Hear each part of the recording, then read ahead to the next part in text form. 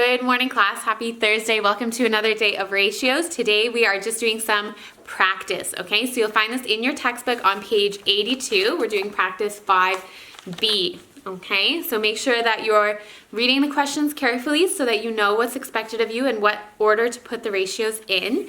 And I'm going to do a couple of examples with you because, of course, there are word problems, which means that some of them might require a little bit of extra thinking. And of course, you can reach out to me if you have any questions.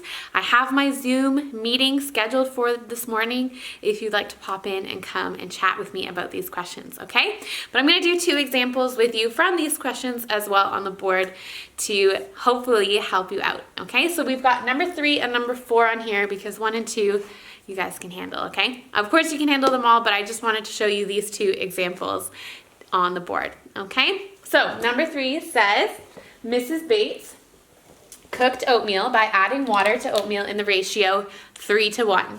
If she used 12 cups of water, how many cups of oatmeal did she use? So I've drawn the bars here, and our ratio is 3:1, so 3 for water, 1 for oatmeal.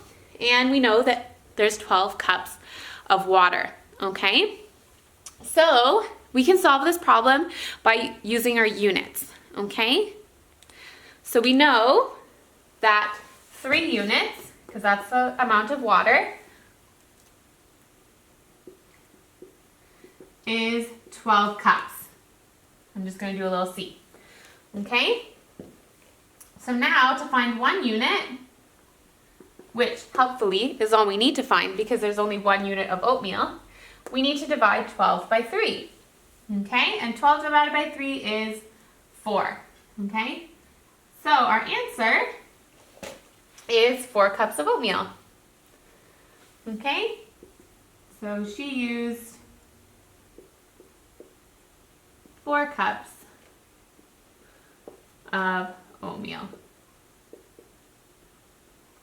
And of course, with word problems, there can be a few ways to solve it if you're thinking about it and you want to do it a different way than that. Like for example, because it gives us the part, we know that the ratio of water to oatmeal is 3:1, and so it gives us 12 to blank, okay?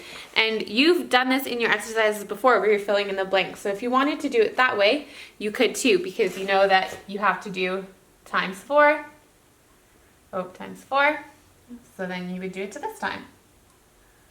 Okay, so if you wanted to do it that way, that works as well. But the bars help you to see it. And of course, units are also a very helpful strategy. And we're going to have to use units on this side. So let's have a look here. In a swimming club, the ratio of the number of boys to the number of girls is 7:4. If there are 121 children in the swimming club, how many boys are there? Okay, so this one, because we have the total, we're going to put all of our units together. So this is our ratio, 7:4, and 7 plus 4 is 11, okay? So, because this is our total is 11 units, and 11 units is worth 121 people, okay? And so then, of course, we're going to go down to 1 unit. So we're going to do that by finding 121 divided by 11. And 121 divided by 11 is 11. Okay? And it's asking us how many boys there are. Okay? And it tells us that the ratio is 7 units worth. Okay? Because it's 7:4. So that means we need to look for 7 units. And to find 7 units, we have to multiply 7 times a unit, which is 11. So 7 units is worth 77. Okay? Which means our answer is going to be, there are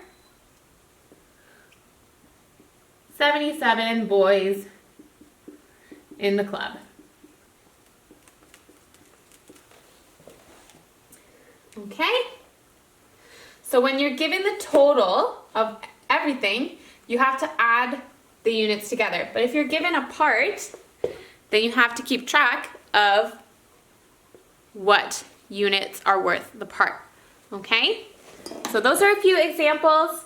It's always helpful to draw out your bars to help you work on your finding the answer, okay? So best of luck. Please feel free to pop into the Zoom if you have any questions, and have fun.